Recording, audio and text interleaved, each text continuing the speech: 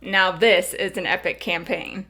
For those of you who might not be familiar with this giant thing, it is Masks of Nyarlathotep, which is the Call of Cthulhu 7th edition campaign. Now, my players just finished going through the entire campaign, and it took us about 2.5 years. So when I say epic, I mean epic. If you're in the Call of Cthulhu community, you've probably at least heard of this campaign. But have you ever wondered, is it right for your group? And is it any good? Well, that's what this spoiler-free review is going to be all about. Hopefully, I'll go over the most frequently asked questions to see if this would be a good fit for you and your group, and also go over some of the good and the not so good about the campaign. Now, this campaign has been around for a while. The first iteration of it was published in 1984, and there have been several editions after that. Most notably, I have one from 1996 as well, and you'll see it's not quite as chunky as the one that I just showed you before. So the 7th edition has definitely been upgraded in a lot of ways, and it would be my recommendation that if you're going to do this campaign, to play in 7th edition. This is the first part in a series where I'm going to talk about Masks of Nyarlathotep. This is the spoiler-free version, but make sure to subscribe if you're interested in learning about each of the different locations and some keeper tips of how to play each of those locations. And if you're new to Call of Cthulhu, check out my rulebook breakdown video, and that will give you a head start. So let's address the biggest question of all, and that is it any good? Yeah, it's good. It was a ton of work, and it took a long time, but it was spectacular. So let's dive into the good. The first is these books are so beautiful. I'm not going to show the inside to avoid spoilers, but just looking at the outside, this is just a glimpse of the beautiful artwork that you get to see inside.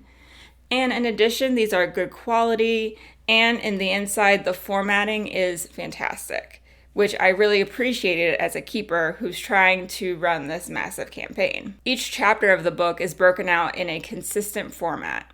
So I know when I'm going to that chapter, I know exactly where to look to get specific information. And they had a breakdown of each of the different NPCs and descriptions for those NPCs and a little bit of background, how they tie into the campaign, and not to mention they include clue diagrams, which is so helpful because there's so many clues to keep track of, both from a keeper perspective and a player perspective.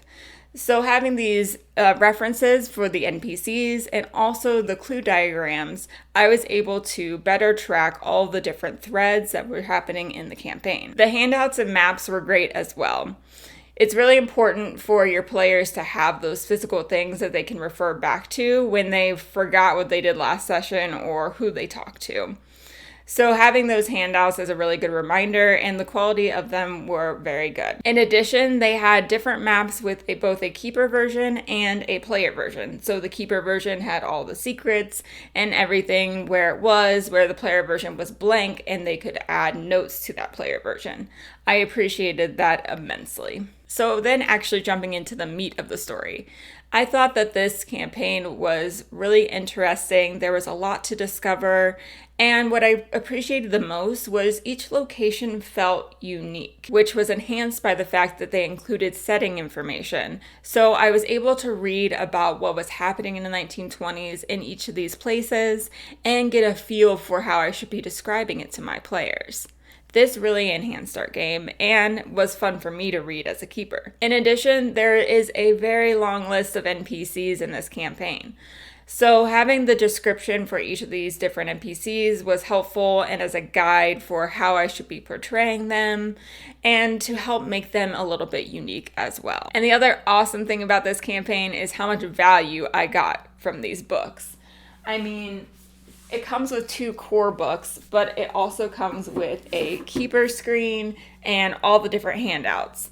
So I think this was like $130 for all of this, which is a big chunk of change. But if I think about how many hours we played this game, I mean, the cost, I think I did the math, was like 30 cents an hour, maybe. That's like probably on the high side. So I would say this was very much well worth the expense. Now, with a campaign this epic, there's got to be some downsides. So I'm going to start with the one that's kind of the most glaring to me, and that was that not all locations are created equal. And what I mean by that is I felt like some of them were very well fleshed out, had a ton of detail, had a ton of stuff going on in side quests, and some of them weren't. So there were a couple locations that when my players got to them, I felt like I needed to do more work to make the location kind of feel full and feel like there were specific things that my players could target and discover there. Now, don't get me wrong, we had fun in all of the locations, but there were some that I felt like we moved the story forward more and we experienced more, and that was likely due to them having more information provided in the books for them. The other potential downside, which I recognize might just be my group, is I felt like by the end it was getting a little bit stale. And so when we were done, we were done. It was kind of like we had completed the story, we had experienced these things in each of these locations, but we were good to move on and experience something else in this universe. One of the barriers to running this campaign is how overwhelming it can be for a keeper. There is a ton of information and a ton of things to keep straight. And because it's a pre-made scenario, you have to be accurate, because if you say something wrong in one location, it could confuse your players way down the road. So one of the downsides is that I felt like there weren't enough reference sheets for the keeper to look back to and try and follow each of the different locations. Now, they did have some reference sheets like timelines and NPCs, which were super helpful. I just wish they had a little bit more. Maybe a synopsis of each of the different locations, or a bullet point list of the goals at each location for the players. And that leads into my next point, which is for the players, it can be a little bit confusing and overwhelming because of how many clues there are. In general, I felt like the players didn't have a good sense of when they were completed with a location and they were ready to move on. Since this is such a free-form campaign, which is awesome, the downside is that the players felt like they didn't have a ton of structure. They didn't really know, okay, is it time to leave? Are we good? Or did we find all the clues? Like, they kind of felt lost, particularly in the beginning of, well, I don't really know what we're expected to do. So maybe this is more of a keeper issue in the beginning, but I felt like having some sort of guidance or specific list of things that the players would in theory address at each location could help alleviate some of this. Now, that list wouldn't be something you provide to the players, but it is guidance for the keepers to make sure you can tell them, yeah, I think you're good to move on, or no, I think there's maybe a little bit more you should explore here. And the final thing is these books are not cat-proof. I had to braid the end of it to make it look decent and super glue it because he got a little excited. So that's just more of a fair warning if you have animals to leave your precious books out of their chewing sight. So that's some of the good and bad of Masks of Nyarlathotep. Overall, we had a ton of fun with it. But is it right for your group? Here are some things that I would consider before I would recommend it to someone. The first question I would ask is, do you have the time to commit to running this campaign?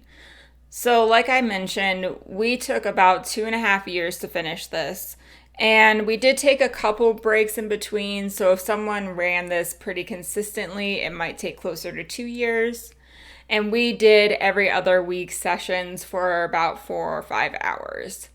So that just gives you a kind of the sense to the time commitment for playing. And that's not including the time I took to prepare for each of these sessions. So if you're a keeper, I would ask that question even more.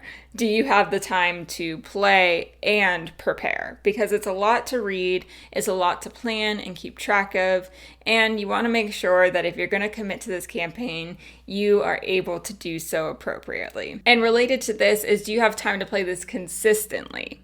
You might have time over a 10-year period, but if you're taking long breaks in between, that can be detrimental to the storyline.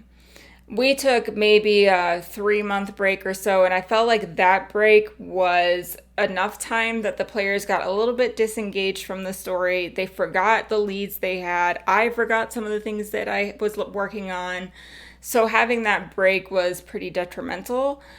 My recommendation would be to make sure that you can have consistent times and that people are reliable and show up for the campaign. The next question is, do you have a group that you know you enjoy playing with and that you trust? This game can get a bit intense, and also there can be quite a few player deaths.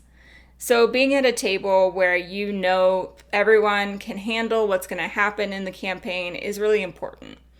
I think that if you were to test the waters with a couple one-shots, that would help you, or if you already have an established group, that's a good sign as well.